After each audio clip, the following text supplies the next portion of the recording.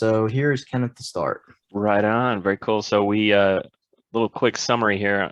We decided to make an inventory tracking system in LabVIEW, which is LabVIEW is a pretty awesome little system there. Our little program, it tracks the amount of items the company has. Currently, there's 6 items that can be modified and used. The program has buttons to add or take away items from the system if you have more or less, so you can really customize it. You can also adjust prices. You can also see how many items are in stock. It multiplies the purchase cost to get the amount of overhead. So this program actually gives you quite a few options for each item and doesn't just track the item alone. Down to the motivation, inventory tracking is a pretty important thing for many businesses. Being a small business owner myself, I do have to keep track of a lot of numbers. A lot of companies either give up or they don't track the inventory, and this can be a lot of problems, especially come tax time. So inventory is a pretty big deal. Not having an inventory tracking, you can overbuy, you can underbuy, you can go out of stock on things pretty easily. So we felt it was pretty useful to have an inventory tracking system, a fairly basic one that most businesses could use, bigger ones, smaller ones. This one specifically is kind of centered around an auto parts store, so a lot of the items are focused on that, but it's pretty flexible, so you can customize a lot of that. Some of the questions that we faced at the beginning of this was, can the price of the item be changed in the program? And like I went over, yeah, you can actually change quite a few things for each item. Another question was, are you able to add an item to the inventory tracker or take one away if you don't have it in stock anymore, if you're not selling it anymore, which we have in the system there. Is it user-friendly? That we've broken up all the items, all of your options for each item in an individual box, so you can control each item individually and look at all the values for it and costs and things like that in each of its own little module. And then one of the other questions was, will it lag if there's large quantities? We did have issues with that at the beginning, but we were able to iron that out. And I'm going to pass it over to John for some more of it. All right. So for the project description, this LabVIEW program, it's a program, it's able, it can count and track the inventory for a company. The program was made to help companies track their inventory to help maximize profits. A program that keeps track of inventory is very efficient compared to having to count out everything or not even tracking the inventory. So in our example, we used an auto parts store. It could really be applied to anything, though, like what Kenneth was saying. It's pretty versatile. It tells you how much is in stock. You're able to change the price, the cost of each item, and whatever whatever the item is, you can go in there and change the name in the interface. This is sort of the interface. As you can see, like you can enter the name of the item here, like right, for instance, we have shocks. It has a beginning quantity, like what you already have in stock and how much each item costs you.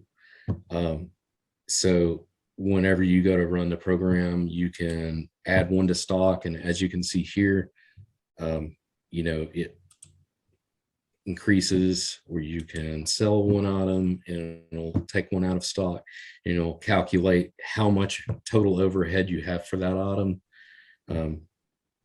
basically. And so I'll go ahead and stop, and right here's the code.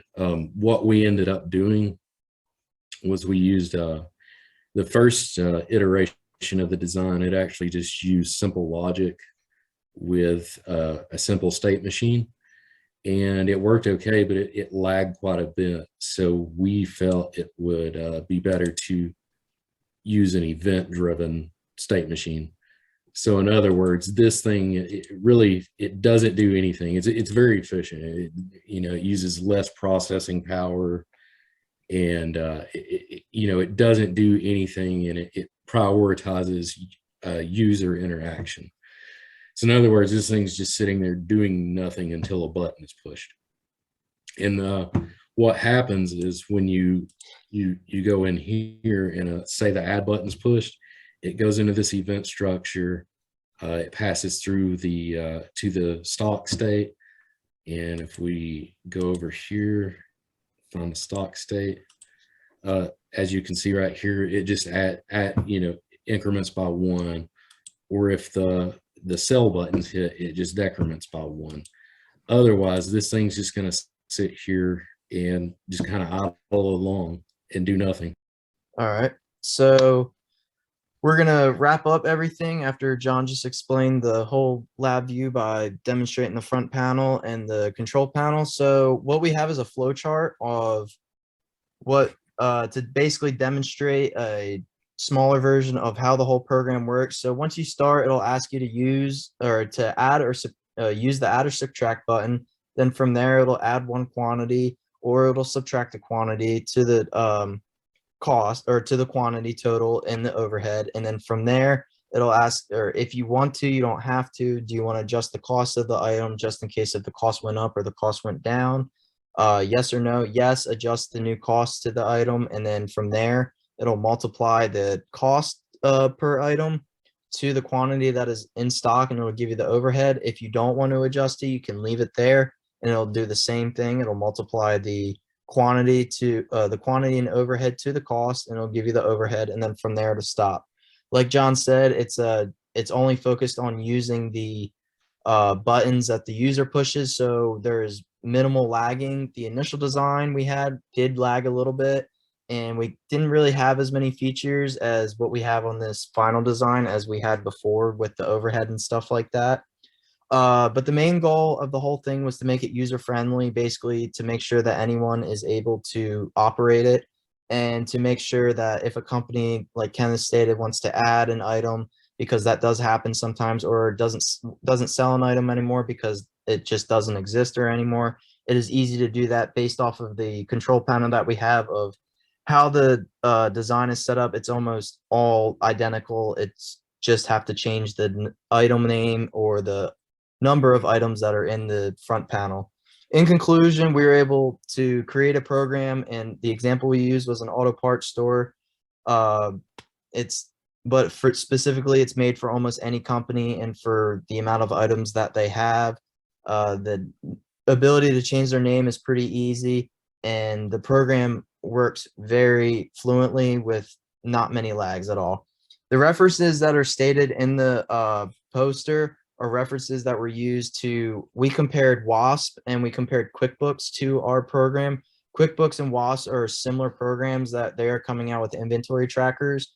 There is many pros and cons to them. So, the prices are very extreme from one another. QuickBooks is very cheap and I knew a lot of companies that do use it, but they do have many issues on not having everything for their company. It's not universal like the LabVIEW.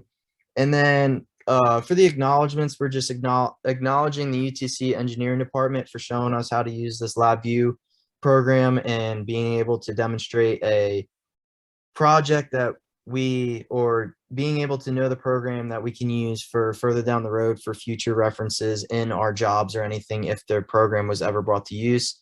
We'd like to thank Dr. Foley for showing us this program and teaching the class for instrumentation for it all. And we'd like to thank the people with the LabVIEW software for creating this software for us to create a project like this that is universal for any company to be able to track their inventory. Other than that, I'd like to thank everyone for watching the video and hopefully you guys enjoyed the video. Very cool. Thank you guys. Thank you so much. Cut. Sweet.